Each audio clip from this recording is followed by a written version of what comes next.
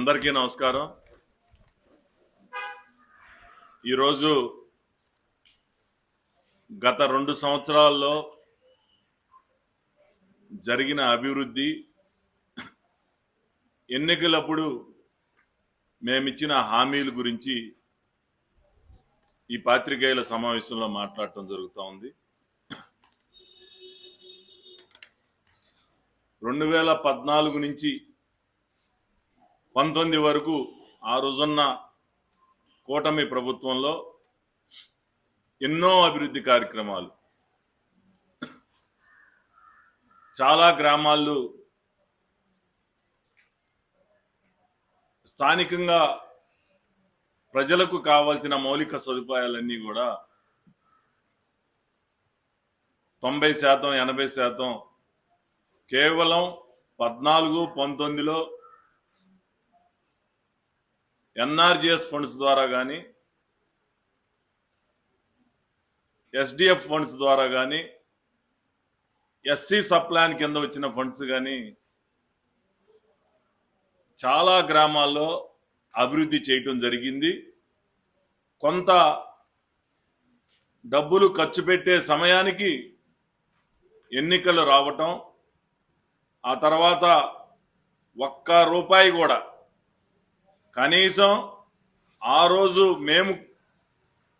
మేమిచ్చిన డబ్బులు, అభివృద్ధి కోసం మేము ఖర్చు పెట్టడానికి ఇచ్చిన డబ్బులు కూడా ఖర్చు పెట్టకుండా క్యాన్సిల్ చేయడం జరిగింది. ఉదాహరణ తీసుకుంటే వణుకూరు, కంకిపాడు, ఉప్పులూరు, తెన్నేరు ఇలా చాలా గ్రామాల్లో దళిత సోదరులుండే ప్రాంతంలో ఎస్సీ సప్లాన్ కింద కోట్ల రూపాయల నిధులు మంజూరు చేసి వేగంగా నిర్మాణం జరుగుతూ ఉంటే డ్రైనేజీలు కానీ, రోడ్లు కానీ, ఎన్నికల తర్వాత పూర్తిగా డబ్బులన్నీ కూడా క్యాన్సిల్ చేయడం జరిగింది. అదే కాదు, అప్పుడు ఉన్న గ్రామ పంచాయతీలు పోరంకి అవ్వచ్చు, కానూరు అవ్వచ్చు, ఈరోజు తాడిగడప మున్సిపాలిటీగా అవతరించింది.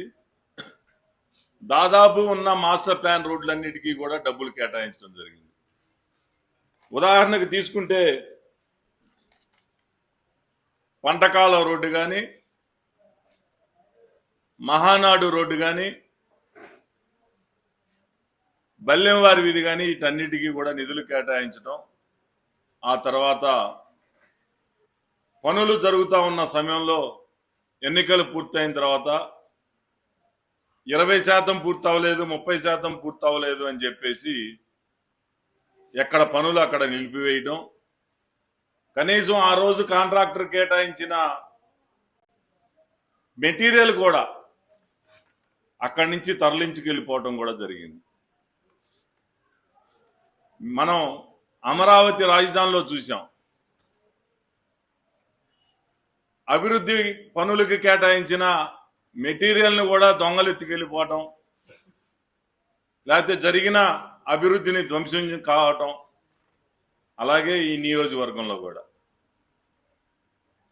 19-24 మధ్యలో ఒక్కటంటే ఒక్క అభివృద్ధి కార్యక్రమం వైఎస్ జగన్మోహన్ రెడ్డి ప్రభుత్వంలో ఈ నియోజకవర్గంలో ఇది మేము చేశాను అని చెప్పుకోవడానికి ఏ ఒక్క పని కూడా చెయ్యకపోగా 90% పూర్తయిన పనులు, ఇంజనీరింగ్ కాలేజీ ఫ్లైఓవర్, యనమల కుదురు వంతెన, కుందేరు బ్రిడ్జి, మద్దూరు ఉప్పులూరు రోడ్డు దీర్ఘకాలికంగా పెండింగ్ ఉండటంతో స్థానికంగా ఉన్న ప్రజలందరూ కూడా దాదాపు ఈ 5-6 సంవత్సరాలు చాలా ఇబ్బందులకు గురవటం జరిగింది. మళ్ళీ 24లో కూటమి ప్రభుత్వం రావటం, 24 నుంచి 26 వరకు ఈ 2 సంవత్సరాల్లో సుమారుగా ఒక మన నియోజకవర్గంలో ఈ 2 సంవత్సరాల్లోనే దాదాపు 245 కోట్ల రూపాయలు కేటాయించడం జరిగింది.